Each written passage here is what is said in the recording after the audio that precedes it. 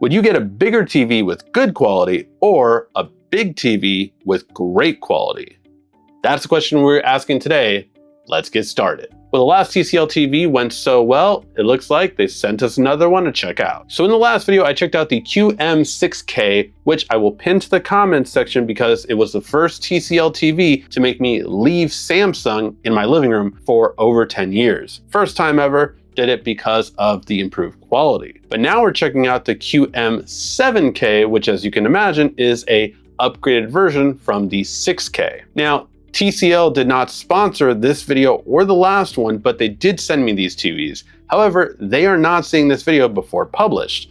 So I just wanted to really compare these and tell you the 4 main features that make the QM7K better than the QM6K. The first one is the QM7K has 2,500 local dimming zones compared to the QM6K having about 500 local dimming zones. This means it really helps with the contrast and definitely the deeper blacks when comparing the two models, and that is going to be a lot more shown, especially across the screen in a visual that has bright to dark colors. You're really going to be able to notice a difference. Second, to go along with that contrast is the brightness. The QM7K has up to 3,000 nits of brightness, whereas the QM6K doesn't have an official nits rating, but other reviewers that have the equipment to measure it have said it's about 800 nits.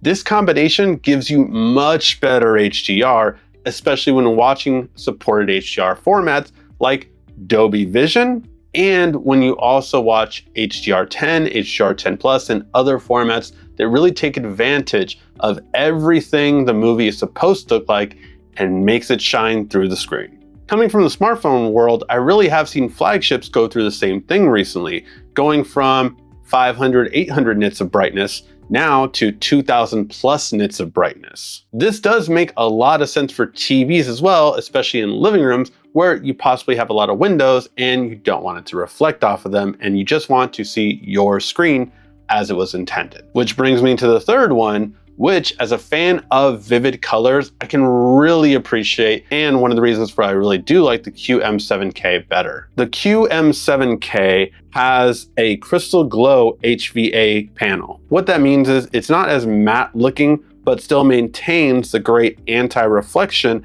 that the QM6K has, while getting a better contrast, which helps it even more by it being a higher brightness. That means this TV absolutely pops when watching great quality content.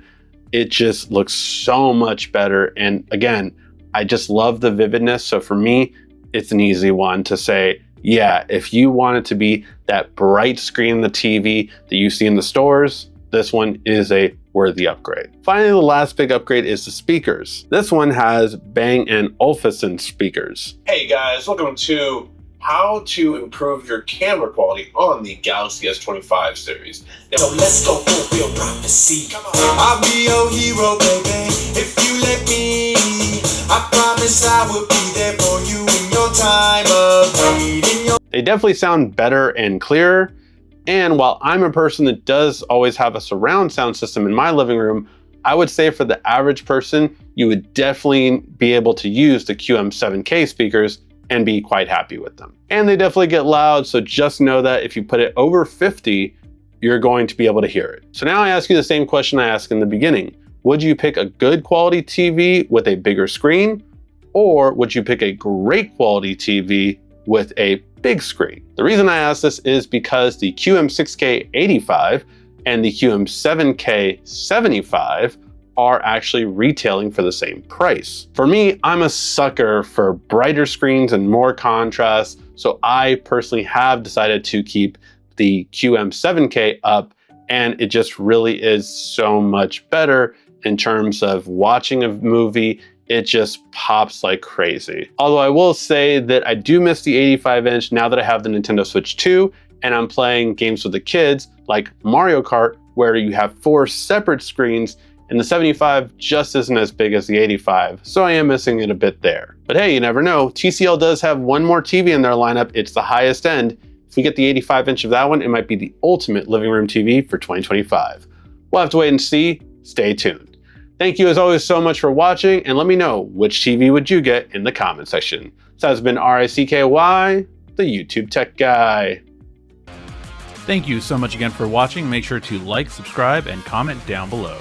Also, follow me on social media at YouTube Tech Guy. And check out some more great tech videos on your screen right now.